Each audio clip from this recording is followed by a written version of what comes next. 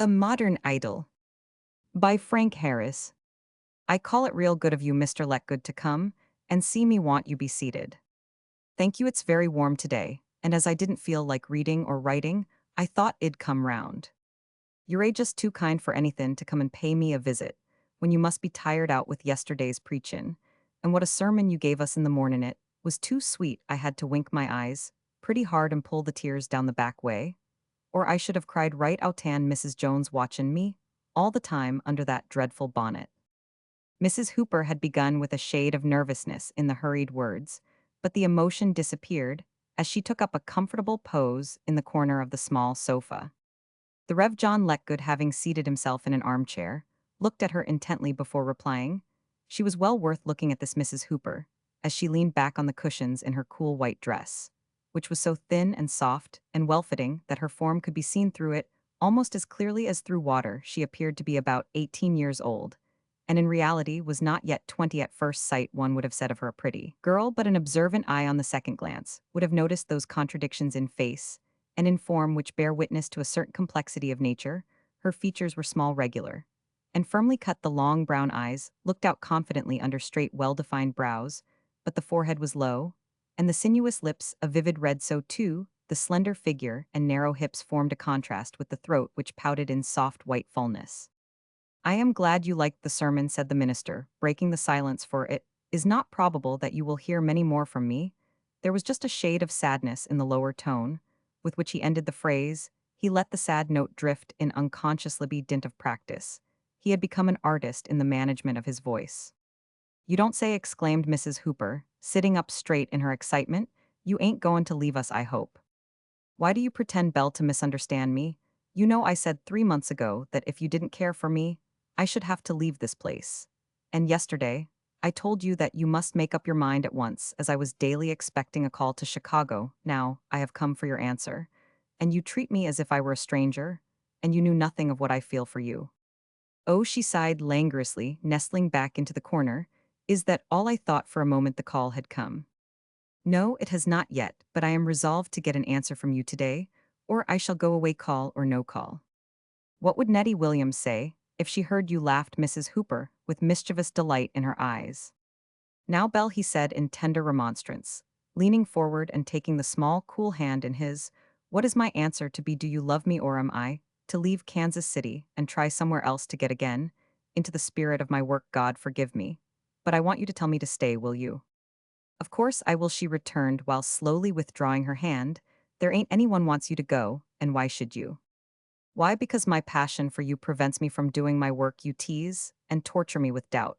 And when I should be thinking of my duties, I am wondering whether or not you care for me. Do you love me? I must have a plain answer. Love you, she repeated pensively. I hardly know, but what, he asked impatiently. But I must just see after the pies. This help of ours is Irish, and doesn't know enough to turn them in the oven, and Mr. Hooper don't like burnt pies. She spoke with coquettish gravity and got up to go out of the room. But when Mr. Letgood also rose, she stopped and smiled, waiting perhaps for him to take his leave. As he did not speak, she shook out her frock, and then pulled down her bodice at the waist, and drew herself up, thus throwing into relief the willowy outlines of her girlish form.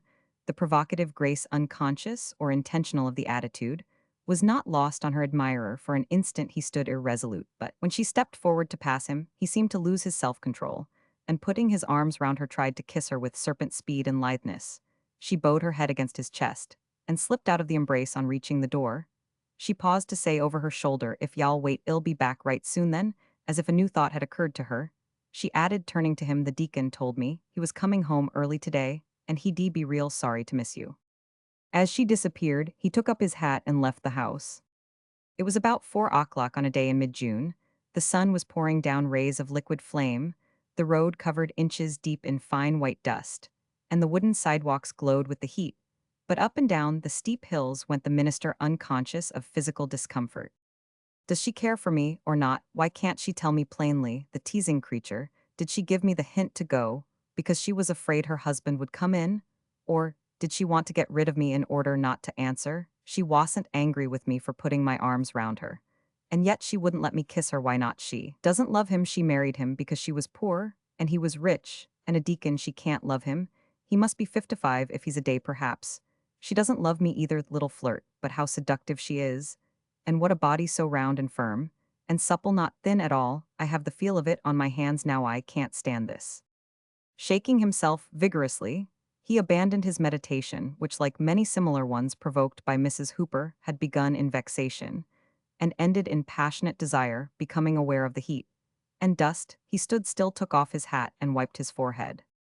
The Rev. John Letgood was an ideal of manhood to many women. He was largely built, but not ungainlike, coarseness of the hands being the chief indication of his peasant ancestry.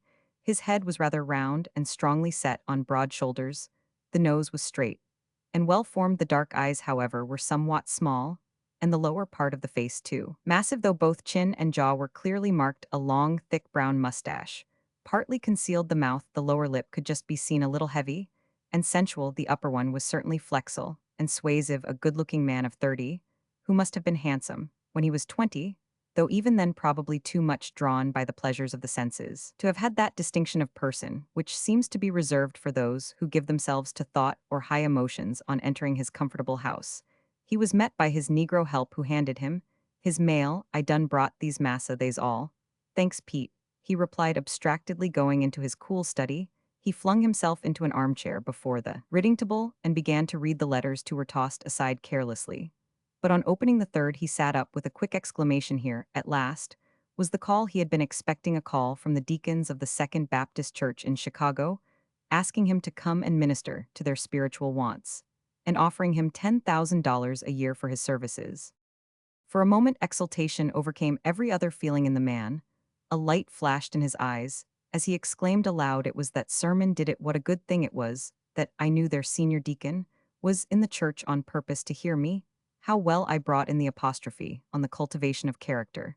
That won me the prize at college. Ah, I have never done anything finer than that, never, and perhaps never shall." Now I had been reading Channing, then for months was steeped in him. But Channing has nothing as good as that in all his works. It has more weight and dignity is the word than anything he wrote. And to think of its bringing me this $10,000 a year, and the second church in Chicago. While here they think me well paid with 5 Chicago, I must accept it at once. Who knows, perhaps I shall get to New York yet, and move as many thousands as here. I move hundreds, no, not Rome, and one I do not move them. I am weak and sinful. It is the Holy Spirit and the power of his grace. O Lord, I am thankful to thee who hast been good to me, unworthy. A pang of fear shot through him. Perhaps he sends this to win me away from Belle. His fancy called her up before him, as she had lain on the sofa again. He saw the bright malicious glances, and the red lips, the full white throat, and the slim roundness of her figure. He bowed his head upon his hands, and groaned, "O Lord, help me. I know not what to do. Help me, O Lord." As if prompted by a sudden inspiration, he started to his feet. Now she must answer now. What will she say? Here is the call, $10,000 a year. What will she say to that? He spoke aloud in his excitement, all that was masculine in him, glowing with the sense of hard-won mastery over the tantalizing evasiveness of the woman. On leaving his house, he folded up the letter, thrust it into the breast pocket of his frock coat, and strode rapidly up the hill towards Mrs. Hooper's. At first, he did not even think of her last words, but when he had gone up and down the first hill, and was beginning to climb the second, they suddenly came back to him. He did not want to meet her husband least of all now. He paused. What should he do? Should he wait till tomorrow? No, that was out of the question. He couldn't wait. He must know what answer to send to the call. If Deacon Hooper happened to be at home, he would talk to him about the door of the vestry, which would not shut properly. If the deacon was not there, he would see her and force a confession from her. While the shuttle of his thought flew thus to and fro, he did not at all realize that he was taking for granted what he had refused to believe half an hour before. He felt certain now that Deacon Hooper would not be in, and that Mrs. Hooper had got rid of him on purpose to avoid his importunate lovemaking. When he reached the house and rang the bell, his first question was, "Is the deacon at home?" "No, sir." "Is Mrs. Hooper in?" "Yes, sir." "Please tell her I should like to see her for a moment. I will not keep her long. Say, it's very important." "Yes, massa, I bring her Shua," said the negress with a good-natured grin, opening the door of the drawing-room. In a minute or two, Mrs. Hooper came into the room looking as cool and fresh as if pies were baked in ice. "Good day again, Mr. Letgood, want you take a chair." He seemed to feel the implied reproach, for, without noticing her invitation to sit down, He came to the point, at once plunging his hand into his pocket. He handed her the letter from Chicago. She took it with the quick interest of curiosity, but as she read the color deepened in her cheeks, and before she had finished it, she broke out $10,000 a year. As she gave the letter back, she did not raise her eyes, but said musingly, "That is a call indeed," staring straight before her. She added, "How strange it should come today, of course y'all accept it." A moment, and she darted the question at him. "Does she know, have you told Miss Williams? Yet, but there I suppose you have." After another pause she went on. "What a shame to take you away just when we had all got to know, and like you I suppose we shall have some old fogey now, who will preach against dancin', and spellin' bees and surprise parties. And of course he won't like me, or come here and call as often as you demack and the other girls jealous, I shall hate the change." And in her innocent excitement, she slowly lifted her brown eyes to his. "You know you're a talking nonsense, Belle," he replied with grave earnestness. "I've come for your answer. If you wish me to stay, if you really care for me, I shall refuse this offer." "You don't tell," she exclaimed. "Refuse $10,000 a year and a church in Chicago to stay here in Kansas City? I know I shouldn't, why?" And she fixed her eyes on his. As she spoke, "You must be real good even to think of such a thing. But then you won't refuse," she added, pouting. "No one would," she concluded with profound conviction. "Oh yes," answered the minister, moving to her and quietly putting both hands on her waist, while his voice seemed to envelope and enfold her with melodious tenderness. "Oh yes, I shall refuse it, Belle, if you wish me to refuse it, as I should 10 times as great a prize, as I think I should refuse, God forgive me, heaven itself, if you were not there to make it beautiful." While speaking he drew her to him. Gently her body yielded to his touch, and her gaze, as if fascinated, was drawn into his. But when the flow of words ceased, and he bent to kiss her, the spell seemed to lose its power over her. In an instant she wound herself out of his arms, and with startled eyes aslant whispered, "Hush, he's coming, don't you hear his step?" As Mr. Letgood went again towards her with a tenderly reproachful and incredulous "Now, Belle." She stamped impatiently on the floor while exclaiming in a low but angry voice, "Do take care, that's the deacon's step."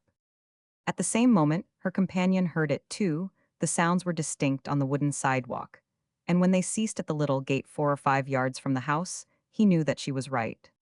He pulled himself together, and with a man's untimely persistence spoke hurriedly. "I shall wait for your answer till Sunday morning next. Before then, you must have assured me of your love, or I shall go to Chicago." Mrs. Hooper's only reply was a contemptuous flashing look that succeeded in reducing the importunate clergyman to silence just in time, for, as the word Chicago passed his lips, the handle of the door turned, and Deacon Hooper entered the room.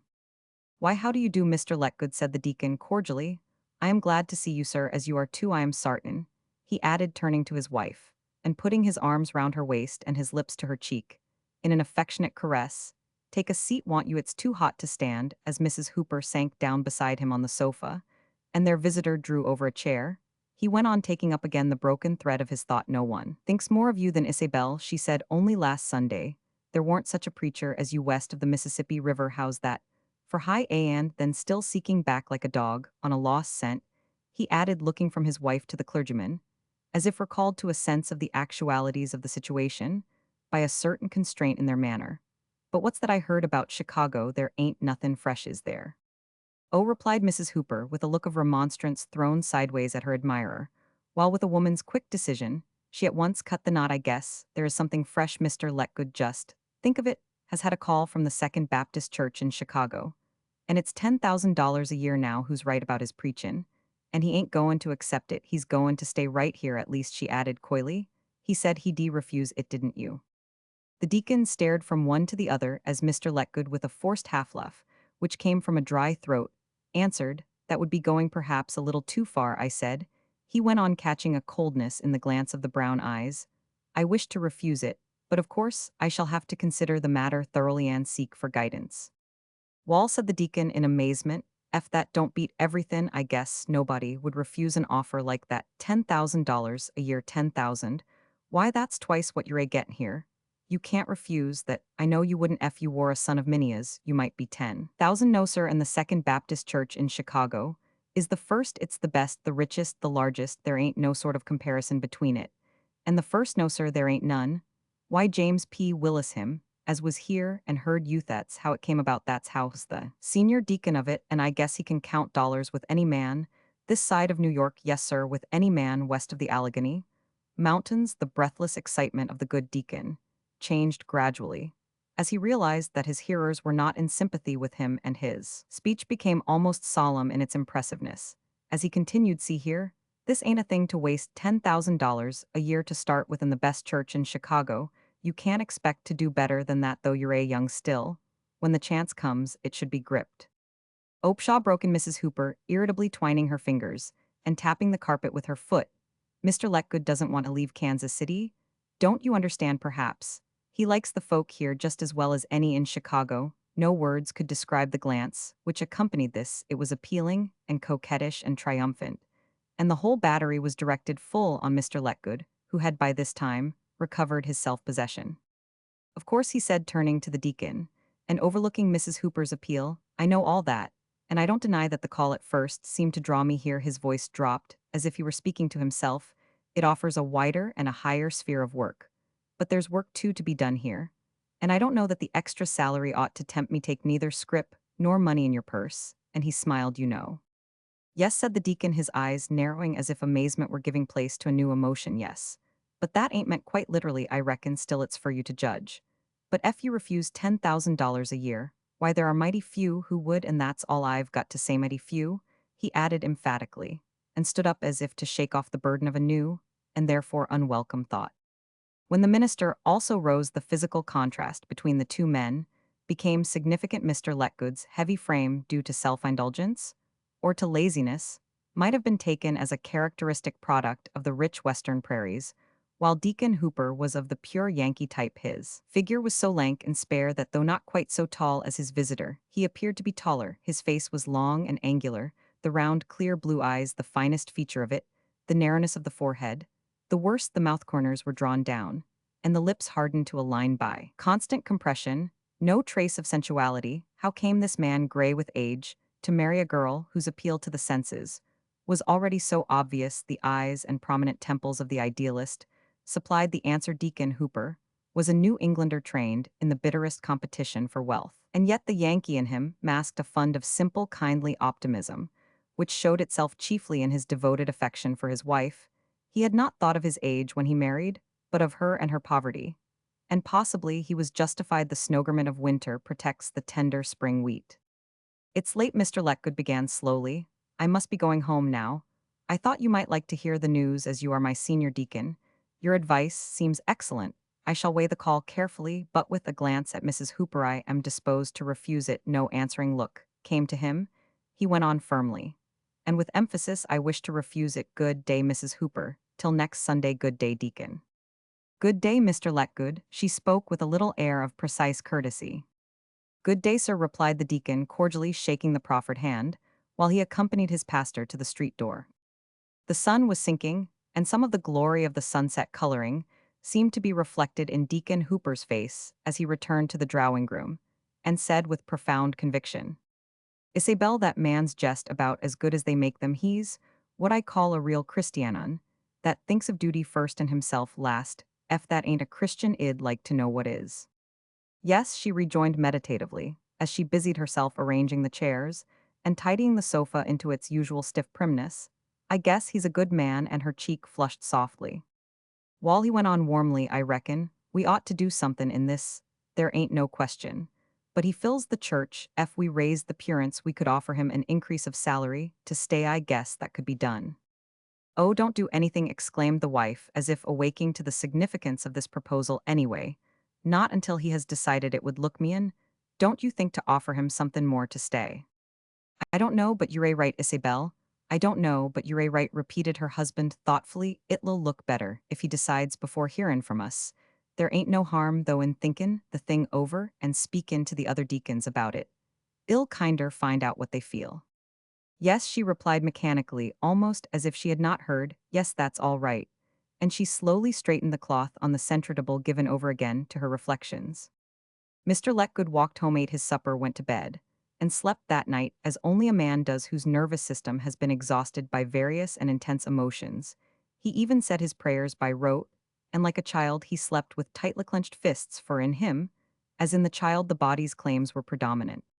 When he awoke next morning, the sun was shining in at his bedroom window, and at once his thoughts went back to the scenes and emotions of the day, before an unusual liveliness of memory enabled him to review the very words which Mrs. Hooper had used. He found nothing to regret. He had certainly gained ground.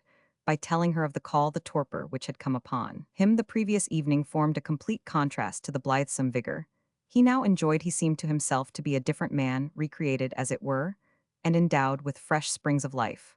While he lay in the delightful relaxation and warmth of the bed, and looked at the stream of sunshine which flowed across the room, he became confident that all would go right.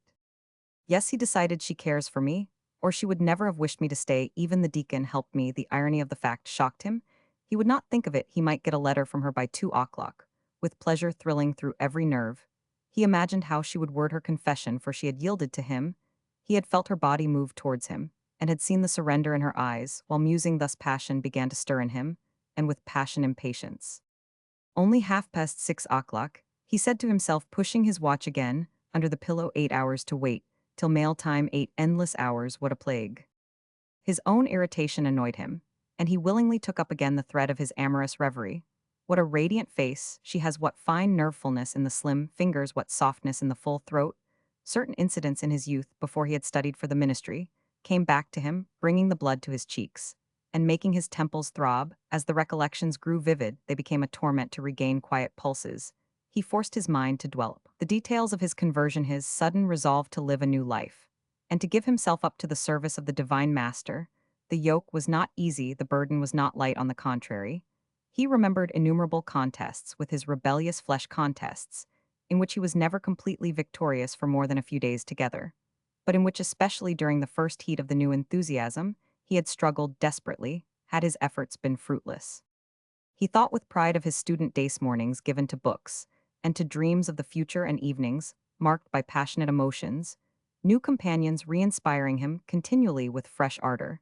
The time spent at college was the best of his life. He had really striven then, as few strive, to deserve the prize of his high calling during those years. It seemed to him he had been all that an earnest Christian should be. He recalled with satisfaction the honors he had won in biblical knowledge and in history, and the more easily gained rewards for rhetoric. It was only natural that he should have been immediately successful as a preacher. How often he had moved his flock to tears. No wonder he had got on. Those first successes, and the pleasures which they brought with them of gratified vanity, had resulted in turning him from a Christian into an orator. He understood this dimly, but he thrust back the unwelcome truth with the reflection that his triumphs in the pulpit dated from the time when he began consciously to treat preaching as an art. After all, was he not there to win souls to Christ? And had not Christ himself praised the wisdom of the serpent? Then came the change from obscurity and narrow living in the country to Kansas City and luxury. He had been wise in avoiding that girl at Pleasant Hill. He smiled complacently as he thought of her dress, manners, and speech. Yet she was pretty, very pretty, and she had loved him with the exclusiveness of womanhood. But still, he had done right. He congratulated himself upon his intuitive knowledge that there were finer girls in the world, to be one he had not fettered himself foolishly through pity or weakness. During his 10 years of life as a student and minister, he had been chaste. He had not once fallen into flagrant sin. His fervor of unquestioning faith had saved him at the outset, and later habit and prudence. He lingered over his first meeting with Mrs. Hooper. He had not thought much of her then, he remembered. Although she had appeared to him to be pretty and perfectly dressed, she had come before him as an embodiment of delicacy and refinement, and her charm had increased as he began, in spite of himself, to notice her peculiar seductiveness, recollecting how insensibly the fascination which she exercised over him had grown, and the sudden madness of desire that had forced him to declare his passion. He moaned with vexation. If only she had not been married, what a fatality! How helpless man was tossed hither and thither by the waves of trivial circumstance. She had certainly encouraged him. It was her alternate moods of yielding and reserve which had awakened his senses. She had been flattered by his admiration, and had sought to call it forth. But in the beginning, at least, he had struggled against the temptation. He had prayed for help in the sore combat thou often, and how earnestly, but no help had come. Heaven had been deaf to his entreaties, and he had soon realized that struggling in this instance was of no avail. He loved her. He desired her with every nerve of his body. There was hardly any use in trying to fight against such a craving as that, he thought, but yet in his heart of hearts he was conscious that his religious enthusiasm, the aspiration towards the ideal life, and the reverence for Christ's example would bring about at least one supreme conflict in which his passion might possibly be overcome.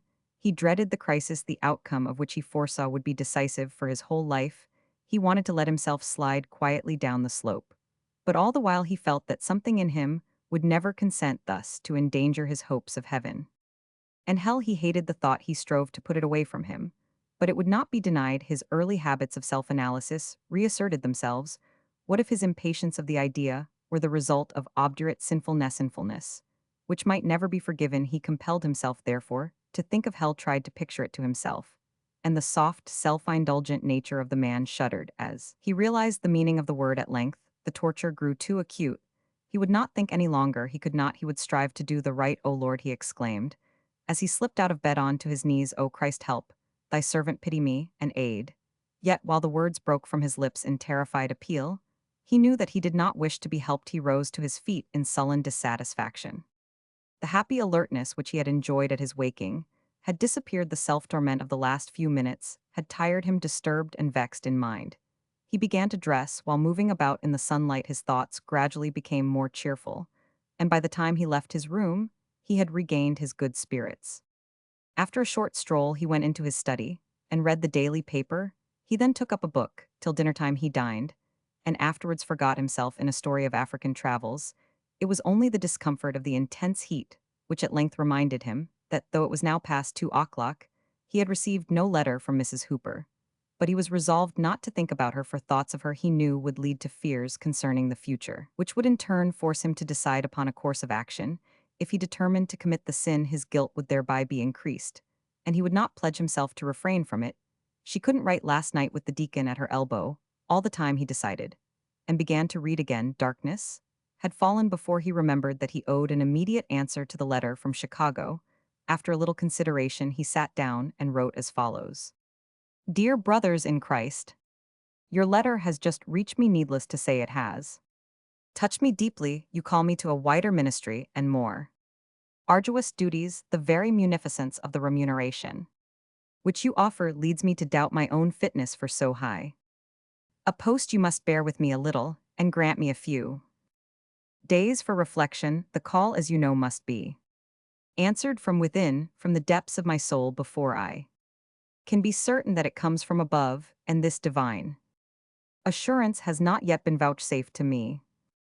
I was born and brought up here in Missouri, where I am now laboring not without. O Jesus, be the praise. Some small measure of success. I have many ties here and many dear friends and fellow workers in Christ's vineyard, from whom I could not part without great pain, but I will prayerfully consider your request. I shall seek for guidance where alone it is to be found, at the foot of the great white throne, and within a week or so, at most, I hope to be able to answer you with the full and joyous certitude of the divine blessing. In the meantime, believe that I thank you deeply, dear brethren, for your goodness to me, and that I shall pray in Jesus' name that the blessing of the Holy Ghost may be with you abundantly now and forevermore. Your loving servant in Christ, John P. Letgood. He liked this letter so much that he read it over a great many times. It committed him to nothing. It was dignified, and yet sufficiently grateful, and the large-hearted piety which appeared to inform it pleased him even more than the alliteration of the words born and brought up. He had at first written born and reared, but in spite of the fear lest brought up should strike the simple deacons of the Second Baptist Church in Chicago as unfamiliar and far-fetched, he could not resist the assonance. After directing the letter, he went upstairs to bed, and his prayers that night were more earnest than they had been of late, perhaps, because he avoided the dangerous topic. The exercise of his talent as a letter writer having put him on good terms with himself, he slept soundly. When he awoke in the morning, his mood had changed. The day was cloudy, a thunderstorm was brewing, and had somehow affected his temper. As soon as he opened his eyes, he was aware of the fact that Mrs. Hooper had not written to him, even on Tuesday morning, when she must have been free, for the deacon always went early to his dry goods store. The consciousness of this neglect irritated him beyond measure. He tried, therefore, to think of Chicago and the persons who frequented the Second Baptist Church. Perhaps, he argued, they were as much ahead of the people in Kansas City, as Mrs. Hooper was superior to any woman he had previously known. But on this way of thought, he could not go far. The houses in Chicago were no doubt much finer, the furniture more elegant, the living too was perhaps better, though he could not imagine how that could be. There might even be cleverer and handsomer women there than Mrs. Hooper, but certainly no one lived in Chicago or anywhere else in the world who could tempt and bewitch him, as she Roman 999. She was formed to his taste, made to his desire, as he recalled her now laughing at him, now admiring him today, teasing him with coldness tomorrow, encouraging him. He realized with exasperation that her contradictions constituted her charm. He acknowledged reluctantly that her odd turns of speech tickled his intellect just as her lithe grace of movement excited his senses. But the number and strength of the ties that bound him to her made his anger keener. Where could she hope to find such love as his? She ought to write to him.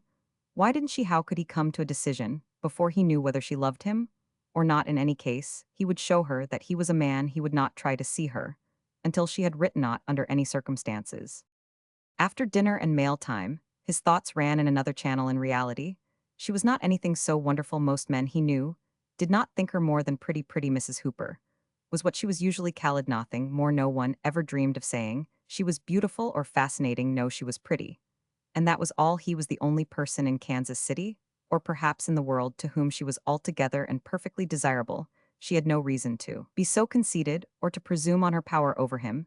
If she were the wonder she thought herself, she would surely have married someone better than old Hooper with his lank figure, gray hairs, and Yankee twang. He took a pleasure in thus depreciating the woman he loved. It gave his anger vent, and seemed to make her acquisition more probable. When the uselessness of the procedure became manifest to him, he found that his doubts of her affection had crystallized.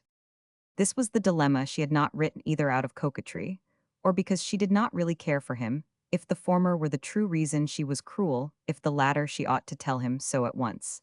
And he would try to master himself on no hypothesis.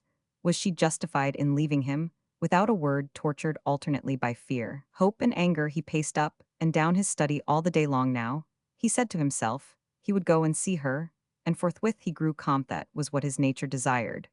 But the man in him refused to be so servile. He had told her that she must write to, that he would hold whatever it cost him. Again he broke out in bitter blame of her. At length he made up his mind to strive to forget her. But what if she really cared for him, loved him as he loved her? In that case, if he went away, she would be miserable, as wretched as he would be. How unkind it was of her to leave him without a decided answer, when he could not help thinking of her happiness. No, she did not love him. He had read enough about women and seen enough of them to imagine that they never torture the man they really love. He would give her up and throw himself again into his work. He could surely do that. Then he remembered that she was married, and must of course see that she would risk her position. Everything be declaring her love. Perhaps prudence kept her silent. Once more he was plunged in doubt. He was glad when supper was ready, for that brought, at least for half an hour, freedom from thought. After the meal was finished, he realized that he was weary of it all, heartsick of the suspense. The storm broke, and the flashing of the lightning and the falling sheets of rain brought him relief. The air became lighter and purer. He went to bed and slept heavily. On the Thursday morning he awoke refreshed, and at once determined not to think about Mrs. Hooper. It only needed resolution, he said to himself, in order to forget her entirely. Her indifference shown in not writing to him should be answered in that way. He took up his pocket Bible and opened it at the Gospels. The beautiful story soon exercised its charm upon his impressionable nature, and after a couple of hours' reading, he closed the book comforted and restored to his better self. He fell on his knees and thanked God for this crowning mercy. From his heart went forth a hymn of praise. For the first time in long weeks, the words of the man of sorrows had lifted him above the slough. The marvel of it, how could he ever thank him enough? His whole life should now be devoted to setting forth the wonders of his grace. When he arose, he felt at peace with himself, and full of goodwill to everyone. He could even think of Mrs. Hooper calmly, with pity and grave kindliness. After his midday dinner and a brisk walk, paid no attention to the mail time, prepared to write the sermon which he intended to preach as his farewell to his congregation on the following Sunday. He was determined now to leave Kansas City and go to Chicago. But as soon as he began to consider what he should say, he became aware of a difficulty. He could talk and write of accepting the call, because it gave him a wider ministry, and so forth, but the ugly fact would obtrude itself that he was relinquishing $5,000 a year to accept 10, and he was painfully conscious that this knowledge would be uppermost in the minds of his hearers. Most men in his position would have easily put the objection out their minds, but he could not put it aside carelessly, and it was characteristic of him to exaggerate its importance. He dearly loved to play what the French call le beau rôle, even at the cost of his self-interest. Of a sensitive artistic temperament, He had for years nourished his intellect with good books he had always striven to set before his hearers high. Ideals of life and conduct his nature was now subdued to the stuff he had worked in as an artist and orator. It was all but impossible for him to justify what must seem like sordid selfishness. He moved about in his chair uneasily and strove to look at the subject from a new point of view. In vain. $10,000 a year instead of five, that was to be his theme. The first solution of the problem which suggested itself to him was to express his very real disdain of such base material considerations. But no sooner did the thought occur to him than he was fain to reject it. He knew well that his hearers in Kansas City would refuse to accept that explanation even as highfalutin bunkum. He then tried to select a text in order to ease for a time the strain upon his reflective faculties. Feed my sheep was his first choice of the largest flock possible, of course. But no, that was merely the old cant in new words. He came reluctantly to the conclusion that there was no noble way out of the difficulty. He felt this the more painfully, because, before sitting down to think of his sermon, he had immersed himself, to use his own words, in the fountainhead of self-sacrificing enthusiasm. And now, he could not show his flock that there was any trace of self-denial in his conduct. It was apparent that his acceptance of the call made a great sermon an utter impossibility.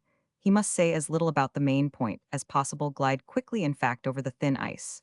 But his disappointment was none the less keen. There was no splendid peroration. To write there would be no eyes gazing up at him. Through a mist of tears, his sensations were those of an actor with an altogether uncongenial and stupid part. After some futile efforts, he abandoned the attempt to sketch out a sermon. Some words would come to him at the time, and they would have to do in the evening. A new idea presented itself to his overexcited brain. Might not his dislike of that sermon be a snare set by the devil to induce him to reject the call and stay in Kansas City? No, a fine sermon would do good the evil. One could not desire that, perhaps even more good than his sin would do harm. Puzzled and incapable of the effort required to solve this fresh problem, he went to bed, after praying humbly for guidance and enlightenment. On the Friday morning, he rose from his knees with a burden of sorrow. No kindly light had illumined the darkness of his doubtings, yet he was conscious of a perfect sincerity in his desires. And in his prayers suddenly, he remembered that when in a pure frame of mind, he had only considered the acceptance of the call. But in order to be guided aright, he must abandon himself entirely to God's directing in all honesty of purpose. He began to think of the sermon he could deliver, if he resolved to reject the call. That sermon needed but little meditation with such a decision to announce. He felt that he could carry his hearers with him to heights of which they knew nothing. Their very vulgarity and sordidness of nature would help instead of hindering him. No one in Kansas City would doubt for a moment the sincerity of the self-sacrifice involved in rejecting $10,000 a year for five. That sermon could be preached with effect from any text. Feed my sheep even would do. He thrilled in anticipation, as a great actor thrills when reading a part which will allow him to discover all his powers, and in which he is certain to bring down the house. Completely carried away by his emotions, he began to turn the sermon over in his head. First of all, he sought for a text, not this one, nor that one, but a few words breathing the very spirit of Christ's self-abnegation. He soon found what he wanted. For whosoever will save his life shall lose it, and whosoever will lose his life for my sake shall find it. The unearthly beauty of the thought and the divine simplicity of its expression took the orator captive as he imagined that godlike figure in Galilee, and seemed to hear the words drop like pearls from his lips. So he saw himself in the pulpit, and had a foretaste of the effect of his own eloquence. Ravished by the vision, he proceeded to write and rewrite the peroration. Every other part he could trust to his own powers, and to the inspiration of the theme, but the peroration he meant to make finer even than his apostrophe on the cultivation of character, which hitherto had been the high-water mark of his achievement. At length he finished his task, but not before sunset, and he felt weary and hungry. He ate, and rested in the complete relaxation of mental strain. He understood all at once what he had done. He had decided to remain in Kansas City. But to remain meant to meet Mrs. Hooper day after day, to be thrown together with her even by her foolishly confiding husband. It meant perpetual temptation. And at last a fall, and yet God had guided him to choose that sermon rather than the other. He had abandoned himself passively to his guidance. At good that lead to the brink of the pit, he cried out suddenly, like one in bodily anguish. He had found the explanation. God cared for no half-victories. Flight to Chicago must seem to him the veriest cowardice God intended him to stay in Kansas City and conquer the awful temptation face to face. When he realized this, he fell on his knees and prayed as he had never prayed in all his life before. If entreated humbly, God would surely temper the wind to the shorn lamb. He knew his servant's weakness, lead us not into temptation. He cried again and again for the first time in his life, comprehending what now seemed to him the awful significance of the words, lead us not into temptation, but deliver us from evil. This he begged and wept, but even when exhausted in body and in mind he rose from his knees, he had found no comfort like a child with streaming eyes and quivering features. He stumbled upstairs to bed and fell asleep, repeating over and over again mechanically the prayer that the cup might pass from him. On the Saturday morning, he awoke as from a hideous nightmare.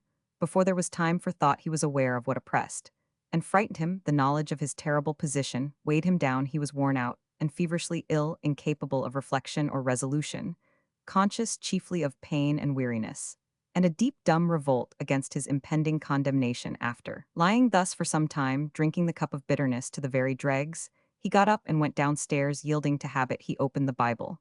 But the book had no message for him. His tired brain refused for minutes together to take in the sense of the printed words. The servant found him utterly miserable and helpless when she went to tell him that the dinner was agitine cold. The food seemed to restore him, and during the first 2 hours of digestion, he was comparatively peaceful in being able to live without thinking. But when the body had recovered its vigor, the mind grew active, and the self-torture recommenced for some hours. Never knew how Manny suffered in this way. Then a strange calm fell upon him. Was it the divine help which had come at last, or despair, or the fatigue of an overwrought spirit? He knelt down and prayed once more. But this time his prayer consisted simply in placing before his heavenly Father the exact state of the case. He was powerless. God should do with him according to his purpose. Only he felt unable to resist if the temptation came up against him. Jesus, of course, could remove the temptation or strengthen him if he so willed. His servant was in his hands. After continuing in this strain for some time, he got up slowly, calm, but hopeless. There was no way of escape for him. He took up the Bible and attempted again to read it. But of a sudden he put it down, and throwing his outspread arms on the table and bowing his head upon them, he cried, "My God, forgive me, I cannot hear thy voice, nor feel thy presence. I can only see her face and feel her body." And then, hardened as by the consciousness of unforgivable blaspheming, he rose with set face, lit his candle, and went to bed. The week had passed much as usual with Mrs. Hooper and her husband. On the Tuesday, he had seen most of his brother deacons, and found that they thought, as he Roman 999 all, were agreed that something should be done to testify to their gratitude, if indeed their pastor refused the call in the evening. After supper, Mr. Hooper narrated to his wife all that he had done, and all that the others had said. When he asked for her opinion, she approved of his efforts. A little while later she turned to him. "I wonder why Mr. Letgood doesn't marry." As she spoke, she laid down her work with a tender smile. The deacon drew her on to his knees in the armchair, and pushing up his spectacles, he had been reading a dissertation on the meaning of the Greek verb, said with infinite playful tenderness in his voice, "'Tain't everyone can find a wife like you, my dear." He was rewarded for the flattering phrase with a little slap on the cheek. He continued thoughtfully, "'Tain't everyone either that wants to take care of a wife. Some folks hain't got much affection in 'em. I guess perhaps Mr. Letgood hain't." To the which Mrs. Hooper answered not in words, but her lips curved into what might be called a smile, a contented smile, as from the heights of superior knowledge. Mr. Letgood's state of mind on the Sunday morning was too complex for complete analysis. He did not attempt the task. He preferred to believe that he had told God the whole truth without any attempt at reservation. He had thereby placed himself in his hands, and was no longer chiefly responsible. He would not even think of what he was about to do further than that he intended to refuse the call and to preach the sermon, the peroration of which he had so carefully prepared. After dressing, he sat down in his study and committed this passage to memory. He pictured to himself with pleasure the effect it would surely produce upon his hearers. When Pete came to tell him the buggy was ready to take him to church, he got up almost cheerfully and went out.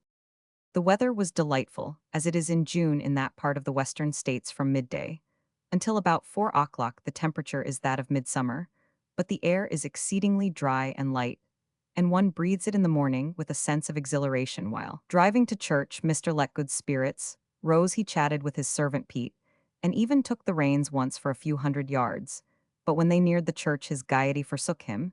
He stopped talking and appeared to be a little preoccupied from time to time. He courteously greeted one of his flock on the sidewalk, but that was all. As he reached the church, the Partons drove up, and of course he had to speak to them. After the usual conventional remarks and shaking of hands, the minister turned up the sidewalk which led to the vestry. He had not taken more than 4 or 5 steps in this direction before he paused and looked up the street. He shrugged his shoulders, however, immediately at his own folly, and walked on. Of course, she couldn't send a messenger with a note on Sundays. The deacon was with her.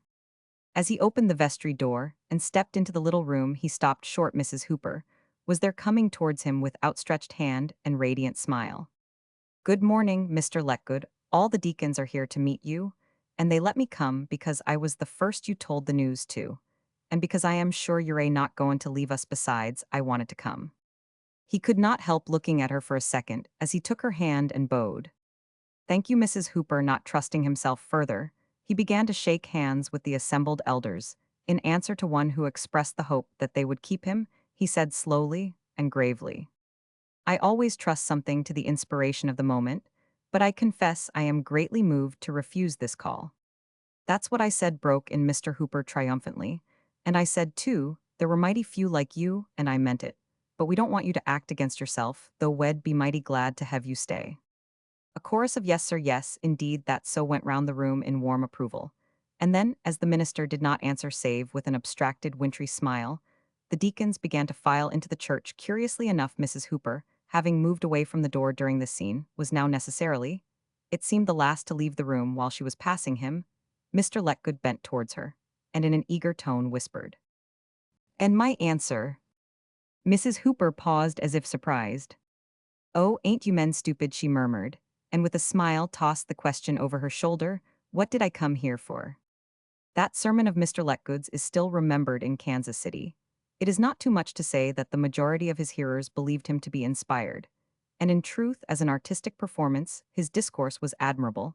After standing for some moments with his hand upon the desk, apparently lost in thought, he began in the quietest tone to read the letter from the deacons of the Second Baptist Church in Chicago. He then read his reply, begging them to give him time to consider their request. He had considered it prayerfully. He would read the passage of Holy Scripture which had suggested the answer. He was about to send to the call. He paused again. The rustling of frocks and the occasional coughings ceased, the audience straining to catch the decision. While in a higher key, he recited the verse, "For whosoever will save his life shall lose it, and whosoever will lose his life for my sake shall find it." As the violinist knows when his instrument is perfectly attuned, so Mr. Letgood knew, when he repeated the text, that his hearers had surrendered themselves to him to be played upon it. Would be useless here to reproduce the sermon, which lasted for nearly an hour, and altogether impossible to give any account of the preacher's gestures, or dramatic pauses, or of the modulations and inflections of his voice, which now seemed to be freighted with passionate earnestness, now quivered in pathetic appeal, and now grew musical in the dying fall of some poetic phrase. The effect was astonishing. While he was speaking simply of the text, as embodying the very spirit of the glad tidings, which Christ first delivered to the world, not a few women were quietly weeping. It was impossible, they felt, to listen unmoved to that voice. But when he went on to show the necessity of renunciation, as the first step towards the perfecting of character, even the hard, keen faces of the men before him began to relax and change expression. He dwelt in turn upon the startling novelty of Christ's teaching and its singular success. He spoke of the shortness of human life, the vanity of human effort, and the ultimate reward of those who sacrifice themselves for others as Jesus did, and out of the same divine spirit of love. He thus came to the peroration. He began it in the manner of serious conversation. All over the United States, the besetting sin of the people was the desire of wealth. He traced the effects of the ignoble struggle for gain in the degradation of character, in the debased tone of public and private life. The main current of existence being defiled, his duty was clear. Even more than other men, he was pledged to resist the evil tendency of the time. In some ways, no doubt, he was as frail and faulty as the weakest of his hearers. But to fail in this respect would be, he thought, to prove himself unworthy of his position. That a servant of Christ in the 19th century should seek wealth or allow it in any way to influence his conduct appeared to him to be much the same unpardonable sin as cowardice in a soldier or dishonesty in a man of business. He could do but little to show what the words of his text meant to him, but one thing he could do, and would do joyously, he would write to the good deacons in Chicago to tell them that he intended to stay in Kansas City and to labor on among the people whom he knew and loved, and some of whom he believed knew and loved him. He would not be tempted by the greater position offered to him, or by the larger salary, for whosoever will save his life shall lose it, and whosoever will lose his life for my sake shall find it. As his voice broke over the last words, there was scarcely a dry eye in the church. Many of the women were sobbing audibly, and Mrs. Hooper had long ago given up the attempt to pull her tears down the back way. She expressed the general sentiment of her sex when she said afterwards, "It was just too lovely for anything," and the men were scarcely less affected, though they were better able to control their emotion. The joyous renunciation of $5,000 a year struck these hard men of business as something almost uncanny. They would have considered it the acme of folly in an ordinary man, but in a preacher they felt vaguely that it was admirable. When Deacon Hooper met his brother deacons before the platform, where the collection plates were kept, he whispered, "The meetin' is at my house at 3 o'clock, be on time." His tone was decided, as were also the nods which accepted the invitation. After the service, Mr. Letgood withdrew quietly, without going as usual amongst his congregation. This pleased even Mrs. Farton, whose husband was a judge of the Supreme Court. She said it was elegant of him. Mr. Hooper received the 12 deacons in his drawing room, and when the latest comer was seated, began. "There ain't no need for me to tell you, brethren, why I asked you all to come round here this afternoon. After that sermon this mornin', I guess we're all sot upon showin' our minister that we appreciate him. There are mighty few men with $5,000 a year who'd give up 10,000. It seems to me a pretty good proof that a man's a Christian. F hell do that tain't being merely a Christian, it's Christ-like. We must keep Mr. Letgood right here. He's the sort o' man we want if they come from Chicago after him. Now they'll be common from New York next, and he ought to be exposed to sich great temptation. I allow that we'll be able to raise the purance from the 1st of January, next to bring in another $2,500 a year. And I propose that we deacons should just put our hands deep down in our pockets and give Mr. Letgood that much anyway for this year, and promise the same for the future. I am willin' as senior deacon, though not the richest, to start the list with $300. In 5 minutes the money was subscribed, and it was agreed that each man should pay in his contribution to the name of Mr. Hooper at the First National Bank. Next day Mr. Hooper could then draw his check for the sum. "Wall," said the deacon again, getting up, "that's settled, but I've drawn that check already. Mrs. Hooper and me talked the thing over," he added half apologetically, and as if to explain his unbusinesslike rashness, "and she thinks we oughter go right now to Mr. Letgood as a sort of surprise party and tell him what we have decided. That is, if you're all agreed." They were, although one or two objected to a surprise party being held on Sunday, but Deacon Hooper overruled the objection by saying that he could find no better word, though of course 'twas really not a surprise party. After this explanation, someone proposed that Deacon Hooper should make the presentation and that Mrs. Hooper should be asked to accompany them. When Mr. Hooper went into the dining room to find his wife, she was already dressed to go out, and when he expressed surprise and delivered himself of his mission, she said simply, "Why, I only dressed to go and see Mrs. Jones, who's ill, but I guess I'll go along with you first." The same afternoon Mr. Letgood was seated in his study, considering a sermon for the evening. It would have to be very different from that of the morning, he felt, or else it would fall flat. He still avoided thinking of his position. The die was cast now, and having struggled hard against the temptation, he tried to believe that he was not chiefly responsible. In the back of his mind was the knowledge that his responsibility would become clear to him some time or other, but he confined it in the furthest chamber of his brain, with repentance as the guardian. He had just decided that his evening address must be doctrinal and argumentative, when he became aware of steps in the drawing room. Opening the door, he found himself face to face with his deacons. Before he could speak, Deacon Hooper began. "Mr. Letgood, we, the deacons of your church, have come to see you. We want to tell you how we appreciate your decision this morning. It was Christ-like, and we're all proud of you and glad you're goin' to stay with us. But we allow that it ain't fair or to be expected that you should refuse $10,000 a year with only 5, so we've made a purse for this year among ourselves of $2,500 extra, which we hope y'all accept. Next year the purance can be raised to bring in the same sum anyway. It shall be made up. There ain't no use in talkin', but you, sir, have just sot us an example of how one who loves the Lord Jesus and him only should act, and we ain't goin' to remain far behind, no, sir. We ain't thar's the check." As he finished speaking, tears stood in the kind, honest blue eyes. Mr. Letgood took the check mechanically and mechanically accepted at the same time the deacon's outstretched hand. But his eyes sought Mrs. Hooper's, who stood behind the knot of men with her handkerchief to her face. In a moment or two, recalled to himself by the fact that one after the other, all the deacons wanted to shake his hand, he tried to sustain his part in the ceremony. He said, "My dear brothers, I thank you each and all, and accept your gift in the spirit in which you offer it. I need not say that I knew nothing of your intention when I preached this morning. It is not the money that I am thinking of now, but your kindness. I thank you again." After a few minutes' casual conversation, consisting chiefly of praise of the wonderful discourse of the morning, Mr. Letgood proposed that they should all have iced coffee with him. There was nothing so refreshing he wanted them to try it, and though he was a bachelor, if Mrs. Hooper would kindly give her assistance and help him with his cook, he was sure they would enjoy a glass. With a smile she consented, stepping into the passage after her, and closing the door he said hurriedly with anger and suspicion in his voice, "You didn't get this up as my answer? You didn't think it'd take money instead, did you?"